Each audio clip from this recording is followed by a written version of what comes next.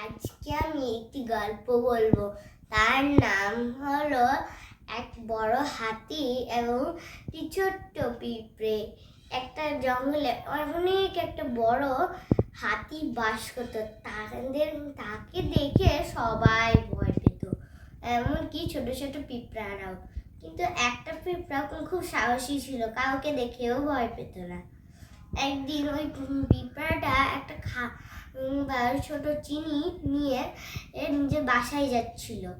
তখন হাতিটা তাকে থামিয়ে দিয়ে বলল যে, তোকে আমাকে দেখে ভয় পাস না?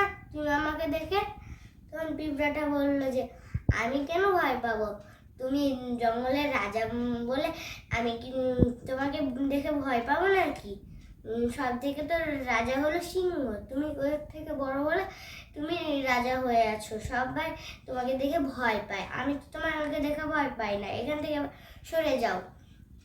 তখন হাতি বলে যে, না না না, তোকে এবার এখানেই মরতে হবে আমার কাছে। তখন পিঁপড়ে বললো যে, তোমার যদি ইচ্ছা হয় আমাকে রাগানোর, তাহলে একটু পরে রাগিও, আমি আগে আমার বাড়িতে আমার খাবারটা রেখে আসি।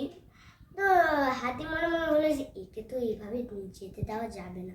তখন হাতি তার কাছ থেকে খাবারটা কেড়ে নিয়ে পা দিয়ে ওটা ভেঙে ফেলে।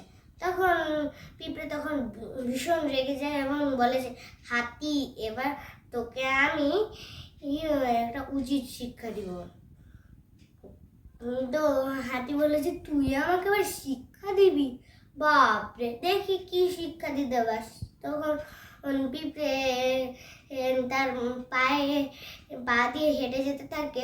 পা দিক থেকে হেঁটে হেঁটে যেতে যেতে তার সুরের কাছে চলে আসে। সুরের কাছে ঢুকে গিয়ে এমন একটা কামড় দেয়, হাতি তো চিল্লিয়ে ওঠে, বলে যে, তুই ছাড় আমাকে, এরকম কেন করছিস? তখন পিঁপড়ে আরো জোরে একটা কামড় দেয়। তখন তো হাতি যখন কেঁদে ফেলে আর বলে যে, আমাকে ক্ষমা করে দাও, আমি আর এরকম করবো না, আমি বড় বলে তোমার কাছে ক্ষমা চাইছি, তুমি আমাকে প্লিজ ছেড়ে দাও, তোমাকে এর বদলে একটা বড় একটা লাড্ডু দিয়ে দিচ্ছি, তুমি ওটা নিয়ে বাড়ি যাও। তখন পিঁপড়ে তখন খুশি হয়ে যায় এবং ওই লাড্ডুটাও বাড়ি নিয়ে চলে যায়।